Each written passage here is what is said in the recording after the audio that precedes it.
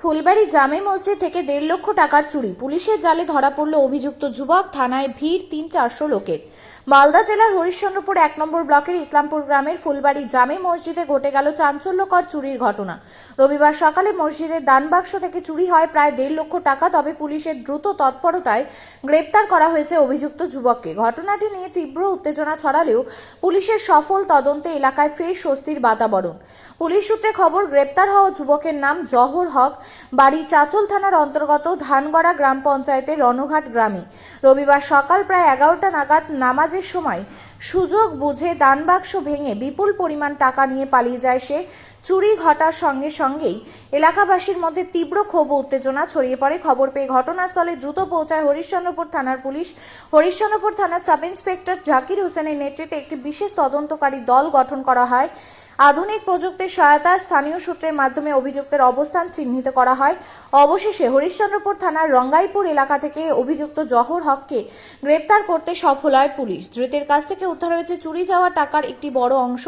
ঘটনার পরিপ্রেক্ষিতে থানায় উপচে পড়েছে ভিড়। ইসলামপুর ও আশেপাশের গ্রামগুলির প্রায় 300-400 বাসিন্দা থানা প্রাঙ্গণে উপস্থিত হন এক নজর অভিযুক্তকে দেখার জন্য। পুলিশ সূত্রে জানা গেছে, ধৃতকে সোমবার মালদা জেলা আদালতে তোলা হবে। পাশাপাশি এই ঘটনার পেছনে কোনো বড় চক্র কাজ করছে কিনা তা নিয়ে তদন্ত শুরু হয়েছে। এলাকাবাসীর মতে, মসজিদের মতো একটি পবিত্র স্থানে চুরির ঘটনা অত্যন্ত লজ্জাজনক। তবে পুলিশের তৎপরতায় দোষী দ্রুত ধরা পড়ায় তারা সন্তোষ প্রকাশ করেছেন। পুলিশের এই সাফল্যে হরিশ্চন্দ্রপুর থানার ভূমিকাকে সাধুবাদ জানিয়েছে স্থানীয়রা। এই চুরির ঘটনার রহস্যভেদে ফের একবার প্রমাণ হলো হরিশ্চন্দ্রপুর থানার পুলিশ বাহিনী কেবল তৎপরই নয়, দক্ষতাতেও প্রশংসার দাবিদার।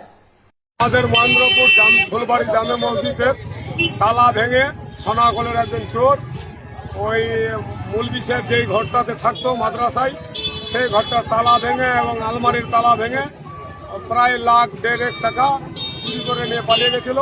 আমি সঙ্গে সঙ্গে জাকের বাবুকে ওই ছবিটা দিয়ে আমাদের সিসি ক্যামেরায় ধরা পড়ে ছবিটা জাকের বাবুকে দিই। জাকের বাবু ওকে তুলে নিয়েছে। ঘটনাটা 11টা মানে 10:55 ও ঢুকেছে আর 11টার মধ্যেই কাজ করে বেরিয়ে গেছে। হ্যাঁ, এমনি আগে থেকে গেট লাগানো ছিল আর ওই তালা মারানো ছিল, আর ভেতরেও তালা মারানো ছিল, আর আলমারিতেও তালা ছিল।